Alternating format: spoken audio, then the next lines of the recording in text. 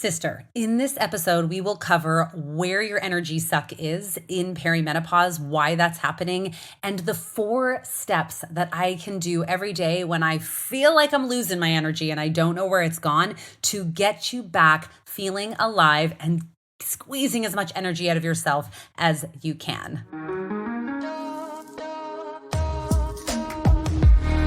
What's up, sisters? Welcome to the Period Whisperer podcast. I'm Bria. I'm your host. If you're new, I'm so happy you are here. I'm your perimenopause and menopause sister, your holistic trainer, hormone specialist, translator of your female body.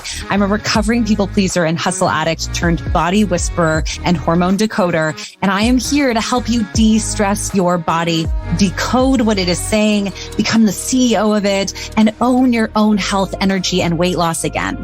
This show is for you, the overwhelmed, overworked, underappreciated step woman who dreams of a body they feel strong, energetic, and sane in.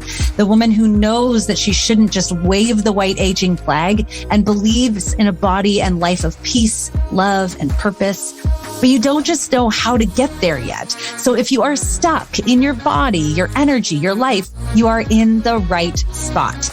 Let's lean in and learn what our bodies are saying to us.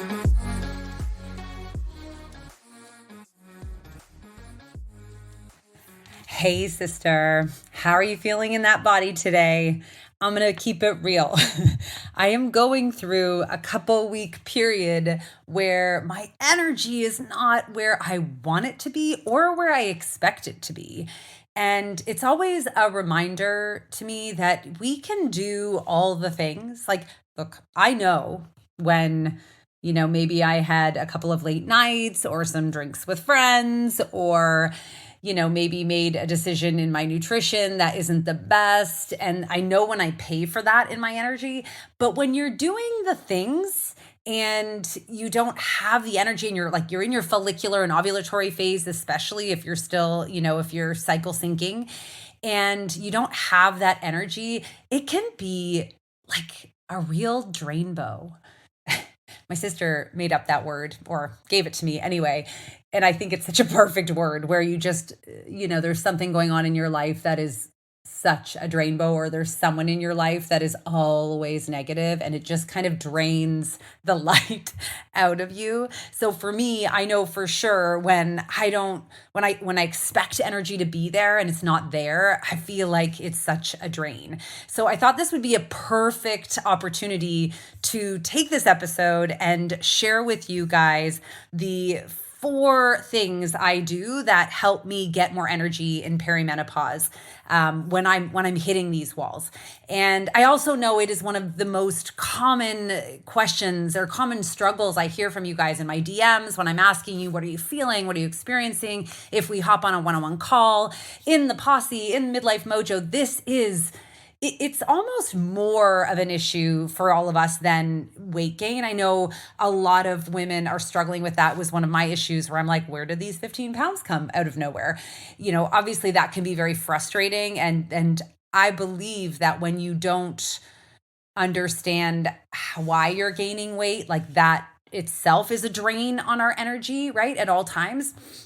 But I find that if we have energy, right? If we feel good and we have energy, then we can usually do the things that make us feel really good, or we can do a little bit more to, help us release that weight or whatever it is. So what do you do when you're in these times and you feel like you should have energy and you just don't, and it's becoming the drainbow of your life? This is what we're going to cover in this episode. So let's dive into it. Now, like I was saying, I've been going through this phase here and feeling really a bit frustrated, but this is also, humanity, right? It's also a part of being human and being in life. And the first part of everything I always like to explain is when we understand that specifically perimenopause is a real significant hormonal transition.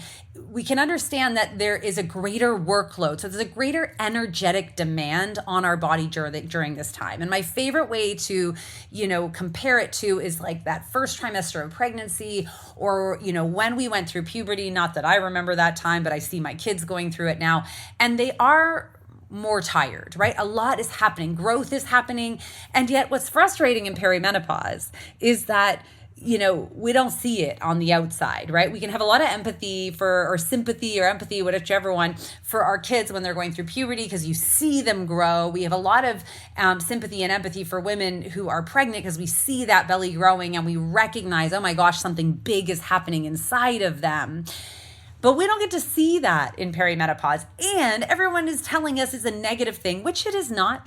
I want to remind you guys, I want to take this moment, and this is part of my mission, is although it is a greater workload, you guys, perimenopause can be a time of magic as well, of magical creation also. The same way puberty is a time of magical creation where our kids, and when we went through it, we're going from being a child growing into, a more adult human, a more mature human. The same way when we are in pregnancy, we are creating life.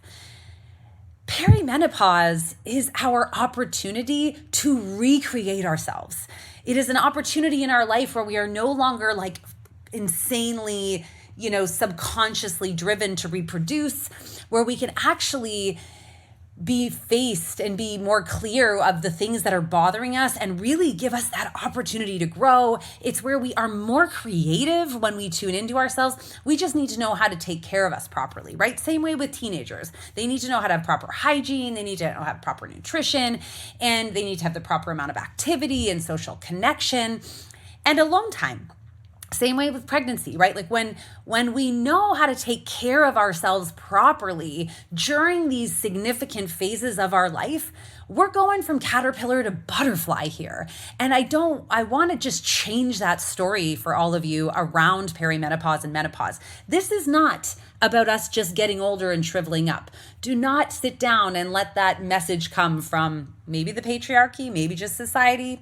It is a patriarchal society after all. I'm going to digress there and not go down my feminism path. But all that to say, this is a powerful opportunity for us to transform, for you to transform, sister.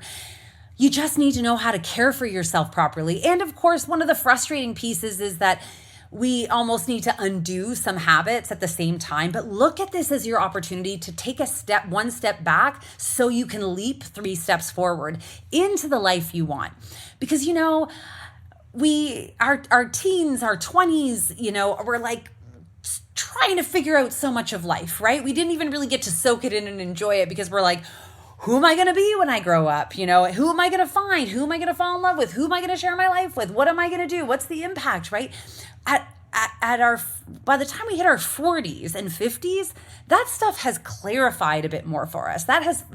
Fog has cleared, and we are a little bit more clear on what our future could be and what we are capable of.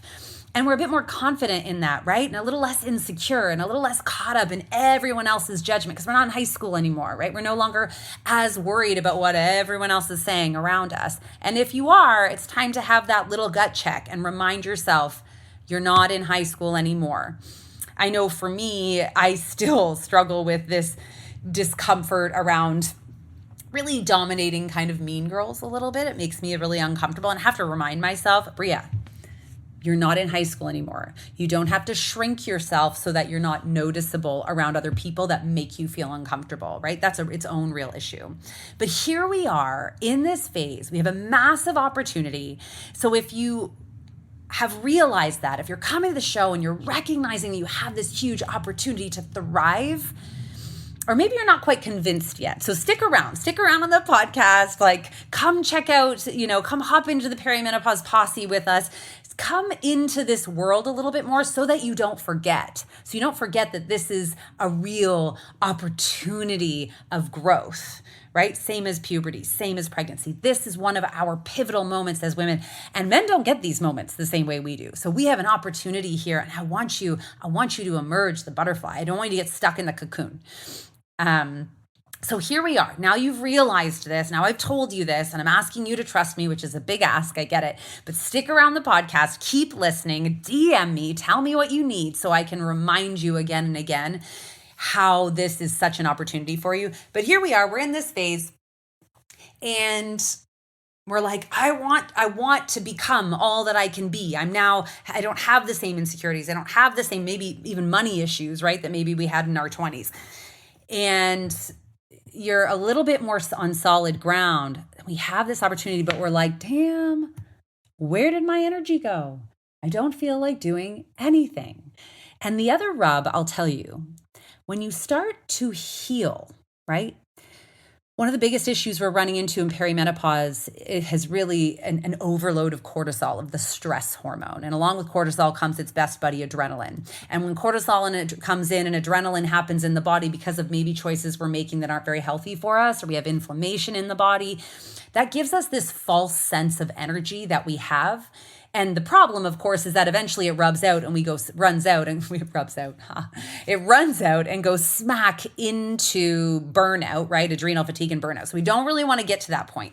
We want to shift ourselves into a place of clean energy. But when you start cutting out these things that are ticking off your body, when you start shifting yourself into a pocket of lower inflammation, of more supportive, of a lower cortisol lifestyle, there is a bit of a letdown.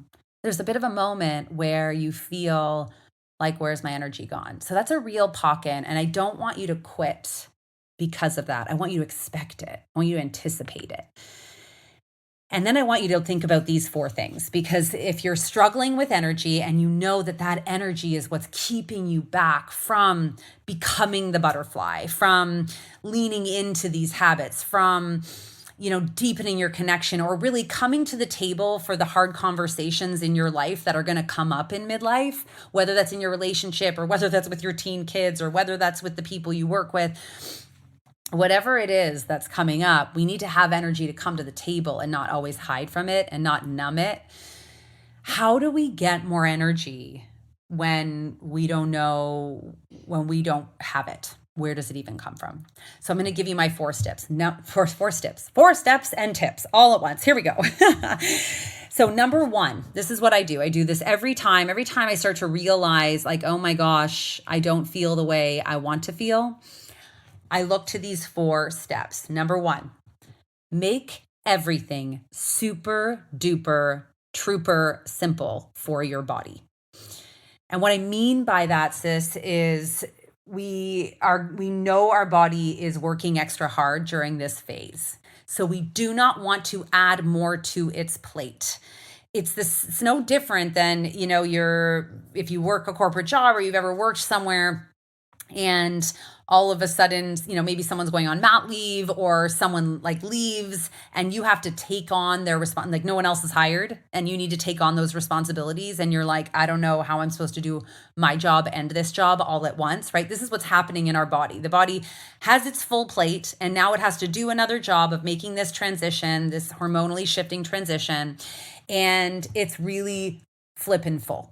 And in those times in our life, that's the time when, 1, we ask for help, we ask for support. And in our body, what we need to make sure to do is that we don't make it more challenging. We don't make things harder for our body. We actually double down on the things that provide a consistent foundational support. Like, if you've ever had a child or a puppy or a kitten, like if you ever had a baby in any way in your life, you know that working towards a routine is the way to success, right? When are they sleeping? When are they eating? When are they awake and being active, right? When are these things happening at all times? And this is actually how we really support our circadian rhythm, right? Our circadian rhythm is our 24-hour energy clock that all humans and plants and animals have. And it kind of dictates when we're awake and when we get tired because we need to sleep. And really a lot of our metabolics around there. If your circadian rhythm is a bit of a mess, then we can't even begin to build a successful infradian rhythm we can't begin to create a successful space for our metabolism, our blood sugar levels, our hormones, our estrogen and progesterone to balance out as best as they can at this time. So we want to make everything super simple for our body. And we do this by creating routine and consistency. And that looks like making sure you're going to bed around the exact same time every day and waking up around the exact same time every day. So this is what I do. I double down on making sure I'm in bed. I like to go to bed usually around 9:30 most nights, and it might be 10 by the time I fall asleep. Maybe I'll read a little. Maybe I'll listen to something a little. Maybe I'll just breathe a little. And then I wake up around the same time every day. I get some daylight in my eyes. Now, I know that's not helpful as we head into the winter months in the northern hemisphere here, and it gets dark early. But the moment you can get daylight, not blue light, not screens, we want to get daylight into our eyes the best as we can. And when we do that, we're stimulating our natural circadian rhythm that way. And then we make sure we hydrate as best as we can. And do not underestimate the power of electrolytes in our water. A lot of the times we're drinking and drinking and drinking all of this water, but we're not actually absorbing the water into the body. So if you're someone who you're drinking all this thing and you're just peeing all day long, it usually means you need some electrolytes in there so you can absorb the energy and the quality of the water into hydration in your body. That can look like actually getting a sugar-free electrolyte. That can look like putting like a 1/16 of a teaspoon of sea salt or Himalayan pink salt in your water. That can look like one of my favorite products from Organifi is called Peak Power. It has some electrolytes in it. So whatever it is, we want to get that hydration first thing in the morning. And then we want to make sure that we are eating at very similar times every single day. No more skipping breakfast, right? We want regulated blood sugar so the body doesn't have to work harder. We want the body to be focused on making this transition. We want all focus on that, right? Same thing if you're, maybe you're in a relationship or a partnership or a marriage and your partner has a really busy season at work. So you sit down, you have that conversation, you're like, okay, I'm going to pick up the slack over here. Or you're going through that time period where maybe you're expanding your career and you're taking some exams or some new designations and it's going to be busier. Somebody says, okay, I'm going to pick up the slack so you can focus on this one area. This is what we want to do for our body. We want to make sure that we're giving the body its space to focus on the major challenge right now. And we do that by having super simple consistency. Because if we don't eat consistently, then the body's or sleep consistently, the body's like, I don't know when I'm eating and sleeping. I don't know when I'm going to get that energy supply in. And that's a problem because then it has to kind of wait around and wonder, are we getting it? Or are we not getting? Oh, well, I don't know if I'm going to get, so I better store this, or I better amp up my adrenaline and cortisol, which is the exact opposite of what we want. So we want to make sure we are eating at really consistent time periods. Before you even worry about what you're eating, get the pattern down so your body knows what to expect. So for me, I wake up, around 5:30 or 6 every day. And I make sure I am eating by 8 a.m. is what I like to try to do, is eat at 8. And then I eat again 4 to 5 hours later. And we want to make sure we're eating enough in each meal to keep us full and satisfied. Because again, if you're snacking a lot, usually that means you haven't eaten enough in your meal. And every time you eat, good, bad, or ugly, the body's got to stop what it's doing and deal with the thing coming in the body. Anything other than water, it's got to deal with, right? And that's taking its eye off the job, taking its focus off of the thing we want it to do. So we make sure we eat 4 to 5 hours later and then 4 to 5 hours later. And that also protects this space in between our meals for the rest and digest, right? So the body can digest the food, use the nutrients instead of store the nutrients, use it and assimilate it as energy and get back to the darn job at hand. And then, of course, after dinner, maybe you go for a walk, you go to bed at night around the same time, and we repeat. These are pillars of health. These are foundational pieces of health. We see animals do this all the time. They're super routine. This is what our body needs during this season. It needs consistency. So we want to stop making things more complicated and make everything super simple for your body. Okay, number 2. Make sure you recover. We all across the world watch Olympians at the Olympics and marvel at their performance every 2 years, I guess, winter, summer. We're amazed at how exceptional they are. What Olympians do really well is not just perform in that way, but part of their performance they understand is a rest and recover period. You need to bake time into your day and your week and your routine for proper recovery.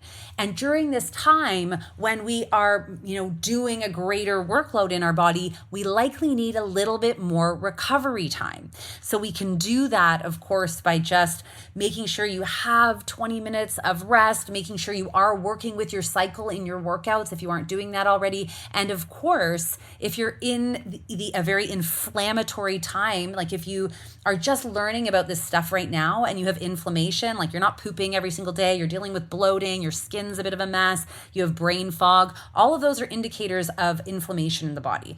So a good recovery option is just like pulling the activity all together other than daily walking and just making sure you're taking extra time and space to rest, to chill the heck out so that you have that baked in time period. Once you get back to business, you can just make sure, once or twice a week, you have a really solid recovery time period from your movement, from your life, from the stressors of everything. Meditation can be really great for this. Just like chill out time can be really, really great for this, doing something you enjoy. But until then, we almost need to create a larger space for that, right? And look at it almost like an off season for our athletes. All right, number 3, the third way to get more energy in perimenopause is to rupture, is to release the old. If you've ever seen like swampy puddle water or swamp and know how it like smells, right? Like stagnant water kind of stinks a little bit and it's a little gross and it's a little dirty and the bugs are all hovering around it. We want our water moving, right, and flowing through. We talk a lot about like fill your cup, fill your cup, fill your cup.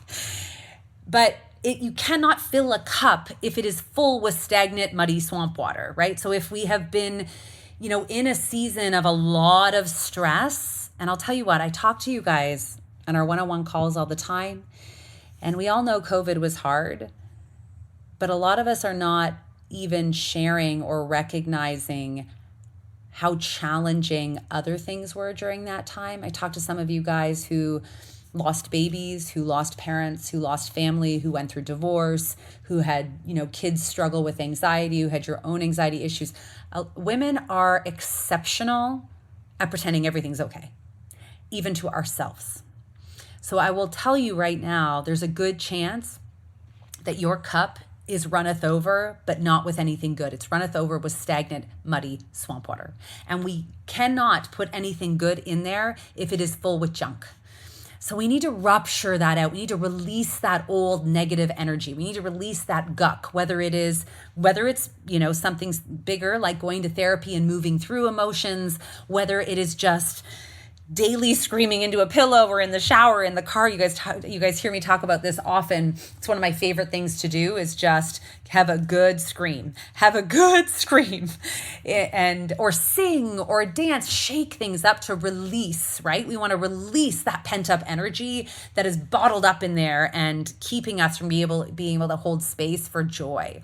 So make sure that you create space. I mean, we're talking screaming in the shower, guys, like we're 1 minute or less. That's all this takes. It doesn't take long. If you can't get out to a great hot yoga class, which is also another amazing release, just have a holler in your shower or in your car when you're alone. Just let that business out. Have a tantrum on the floor if you have to. Scream into the pillow in your closet so your kids can't hear you if you want to hide it. Whatever it is, release. I know when I release, I feel so much better. And, having a massage can be a really powerful way to do this, which is great. It's a luxury thing. We don't always get to do it. But I know, especially when it's my wife giving me a massage, because I'm feeling like I'm in a really safe place, when I need a good rupture and I can feel it in my muscles, right? If you're a tense person, if you've noticed you're tensing up and your posture's gotten a bit whack, when I get a massage, it makes me cry. It's like this release of emotion that's been caught up in there. So take the time every day to release. If you're stuck with your energy, if you're feeling like you cannot get better, take the time to release the old stuff. And number 4, commit to a daily energy amplifier. What is that, you ask? I'm glad you asked. So a lot of the times when I ask my clients, what do you do for fun? They're like, well, I like to work. A lot of people like to work out. That gives them energy. That's their stress, reducing piece. But I want something that gives you energy that doesn't taketh away, right? When we use our fitness as our energy creator, it's asking and giving. We want an experience, an energy amplifier, something that is built into your day that fully lifts your energy and makes you feel alive again. Because we forget, right? And we're like an energy, a power plant. We don't, like, energy doesn't come in, we create energy from within us. Yes, the tools we have, right? Like how we eat and how we move and how we sleep set us up for how much energy we can create. Right? Quality micronutrients, the right, a good enough protein, good healthy fats, enough carbohydrates. Those things give us the tools to create energy, but we have to create it from within us. And there's ways we can do that by focusing on every day committing to a daily energy amplifier. So some of my favorite things, look, there's big things we can do, like when you go to a concert or a musical, depending on, what you love, and you just feel the energy from the people on stage, or you feel the energy of the people around you and you get so excited. I see it in a lot of sports fans here in the United States. They love their football here and they just get amped up, right? It's their energy amplifier. It just brings it to the table. So there's big things you can do to do that. But some of my favorite energy amplifiers, of course, listening to a good song, like one of my favorite songs in my car, but catching up with a friend, like one of those friends that lifts you up, one of those friends that you always have funny, silly conversations with. So someone, not a Drainbow friend, we all have them and we love them anyway, but the friend that makes you laugh, the friend that you can be yourself with. We want that feeling, when you get off the phone and you're like, why don't we do that more often? We need to get together in person. We want something that shakes things up a bit inside of us to get us feeling alive again. Right? Remember when you fell in love the last time, and maybe it was a long time ago for some of you, and it feels like you're alive. You can't even think of anything else. You cannot. Every song makes you think of that person. You're falling asleep thinking of that person. Like you are buzzing when and we can't always recreate that again and again and again, but that is the stimulation of your vagus nerve. And that's what we're trying to do, is like get on the phone with the people that make you feel so good. Do a little something. Doesn't have to be long. It can be a little thing every single day that just lifts that part of you. That's how we generate our own. It's almost like the spark. I snapped my fingers there. It's that spark. Once we get the spark, we're like, okay, I've got a little energy. It's there. It's in me. It's there. And no, if we're struggling in major hormonal chaos, we might not be able to light that fire all day long. But you can listen to a really good podcast. It doesn't have to be mine, but you can listen to a really good podcast that, gets you excited by someone who has a lot of energy, or tells you something that you're like, that makes so much sense. And you get really excited about implementing those things. Maybe it's like a hilarious radio show, like whatever it is for you, do something every day. Commit to that daily energy amplifier. All right. I want to hear from you guys. If this made sense, if you've been missing these steps, if any of these steps were a light bulb or an aha moment, please reach out, send me a message, tell me about it, take a snapshot, rate and review the show, pass it along to someone else, but reach out and let me know. I want to know how to best serve you and help you light that fire and give you the strategies that you need. So one more time here. 4 steps to getting more energy in perimenopause. Make everything super duper simple for your body. Make sure you recover every day. Make sure you are rupturing and releasing that old muddy swamp water, and commit to a daily energy amplifier. I promise you, do this for 2 weeks and send me a message. You're going to thank me. It's going to work. All right, let's go out and be more in our lives, sister, and less on a scale. We'll catch you next time.